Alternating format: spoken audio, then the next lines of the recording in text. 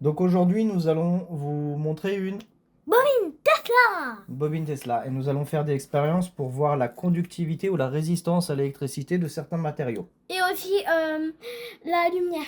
et aussi le comportement de certains gaz avec de l'électricité ou des champs magnétiques, je ne sais pas exactement. Non, c'est plutôt de la physique. Donc- Alors là, c'est un stylo. C'est conducteur. On voit que tous les faisceaux sont sur un point.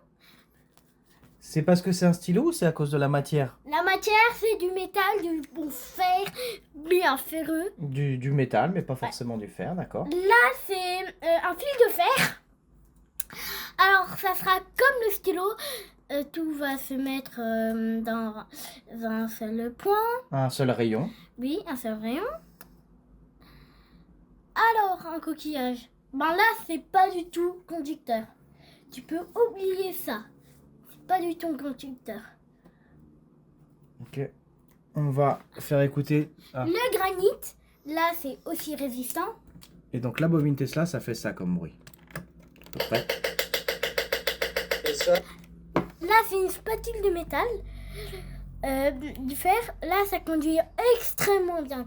C'est extrêmement trop bien. Même, ça va jusqu'à la main. Ok, alors ça c'était des expériences pour la conductivité. Ensuite, on a fait des expériences avec certains gaz emprisonnés dans des ampoules. Là, c'était, par exemple, là, c'était plutôt de la physique. En fait, parce que, C'était... parce qu'en fait, les électrons de l'électricité, ils vont un peu partout. Ils vont dans tous les sens, dans Oui. toutes les directions. Donc là, ça va toucher le fer, ce qui va faire de l'électricité aussi dans l'ampoule et ça va l'allumer. Donc là, tu veux dire que ce seraient les électrons Oui. qui sont excités par la bobine Tesla, qui vont à la rencontre des électrons qui composent les atomes du gaz et qui les excitent à leur tour. Atome de fer. Non, il y a pas dans tes ampoules, il n'y a pas de fer, mon grand. Si, celle-là, Ah, oui. c'est un gaz ferreux? Non, c'est du fer. Du fer, fer. Alors là, ça sera une ampoule avec du gaz. Alors, le gaz qu'elle contient, c'est du néon. Alors, le néon, c'est un gaz. Ce gaz-là, il est couleur bleu néon. C'est pour ça qu'on l'appelle comme ça. En fait, le gaz, quand on le met avec de l'électricité, ça fait une couleur bleu néon trop beau. Alors là... C'était la fin de nos expériences avec ces ampoules. Et tu voulais regarder, il me semble, Oui. si... la main, elle c'est était que ça. conductrice. Bon, là, c'est encore l'ampoule. Ouais. Alors, là, c'est la main. La bonne vieille main, des cœurs en main qu'on connaît tous. Donc là, c'est notre corps. Ouais. Là, ça fait rien.